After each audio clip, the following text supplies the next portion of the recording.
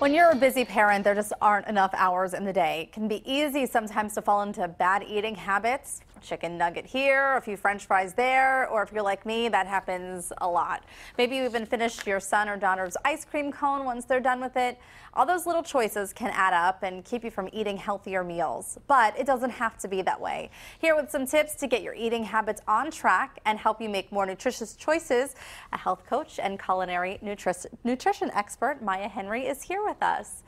And I think this is so wonderful. This is one of the things that we struggle with in my house is you're busy, so you have to figure out what you're going to make for the week, do the grocery shopping for the week, and then you don't know what's going to happen, what activities are going to pop up that may stop you from moving forward with those meals. So you need them to be easy. Yeah, you need them to be easy and be able to prep as much in advance as you can. Yeah. And that, I think, is really key, and taking the time up front to plan a little bit, because you're going to save time during the week. And personally, after a busy work day, when I come home, I don't want to be doing a lot of hands-on cooking. Right. I like to have something prepared, or at least elements of a dish that are prepared, that I can just throw together and then spend time with my kids instead of, having them pull at my leg while I'm trying to saute something. That's what I was going to say, is that's the time that you miss, is you're stuck in the kitchen. You can't hang out with your family, and that's what matters the most. But of course, mealtime is important. Right, mealtime is important, and I know we all, as busy moms, are worried about our kids getting enough vegetables. So what I love about the recipe that we're preparing today is it's got a pre-made sauce. I'm using a tomatillo salsa, which is a green salsa. And you want to taste it to see if it's a little bit spicy. But what we're going to do is actually put it in the blender, which you wouldn't need to do because we're using something prepared. But what I've got here is a little bit of leftover broccoli. Oh. And I'm going to sneak that right into the blender with the tomatillo salsa.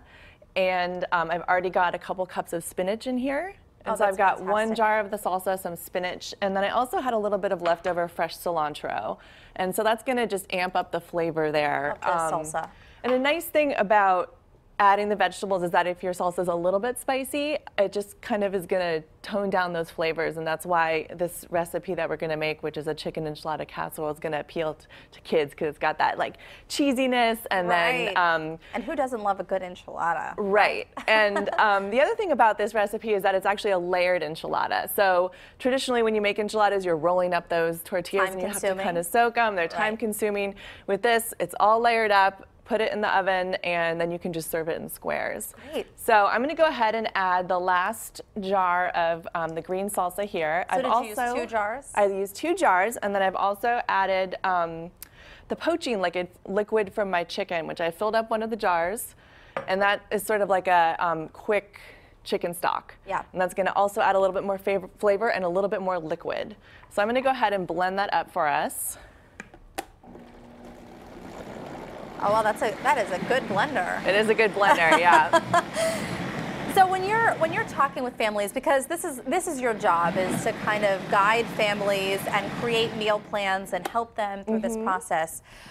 When you're meal planning, what do you tell parents to do?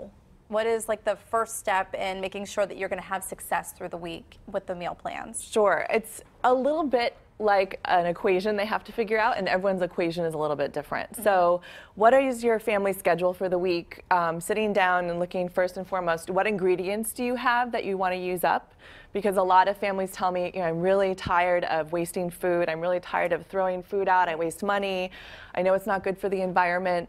So start by looking in your fridge. What do you need to use up? And then find some recipes that you can use up those ingredients. And that's why I love this one, because I've got the leftover broccoli and the cilantro that might have gone in the trash can, but I can add them. They're still fresh, but I can add them to the sauce. And kind of like the chicken. You may make a lot of chicken one night. Now you have that leftover chicken. Exactly, yeah. And that's what is so great. You can buy the chicken, poach it up, shred it, and my tip for that, if you haven't done it before, is to use, if you have a stand mixer with a paddle attachment, you can actually shred your chicken breast right in there. Yeah. Saves so much time. I bet than taking the fork and just pulling it all apart. Exactly, yeah. So what are we doing in here? So what we're going to do is start with a little bit of sauce in the bottom of the pan, and that is going to make sure that nothing is sticking. So we've got a little bit of that. And your kids are never going to know, but they're going to get all those veggies, right? Exactly, yeah. So smart. That's perfect. And then we're going to lay 6 of those corn tortillas right across the bottom.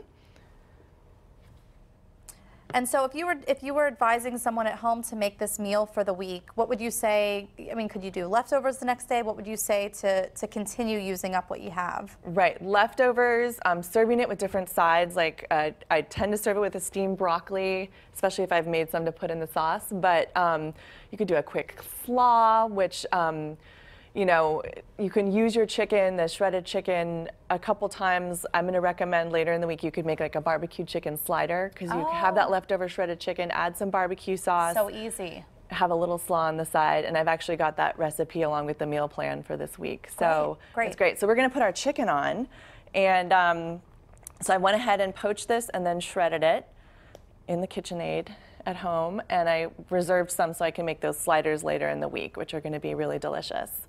So about half the chicken, and then we need our cheese.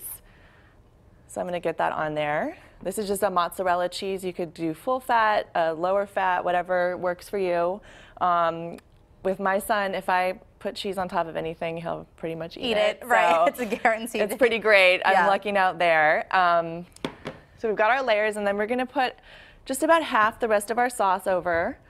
And then if you would be so kind to add our next layer of tortillas, let's go ahead and do that.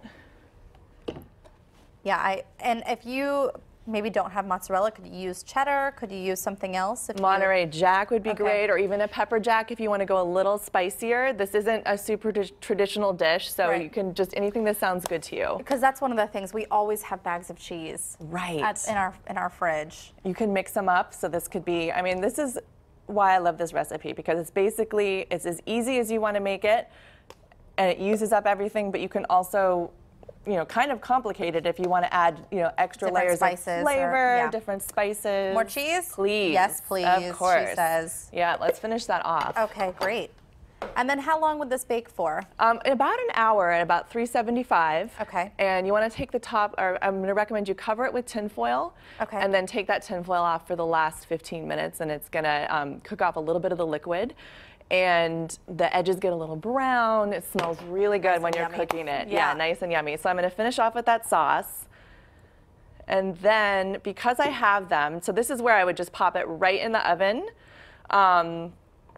Because we have some extra garnishes today, I'm going to take a little bit of this scallion and just put it on top.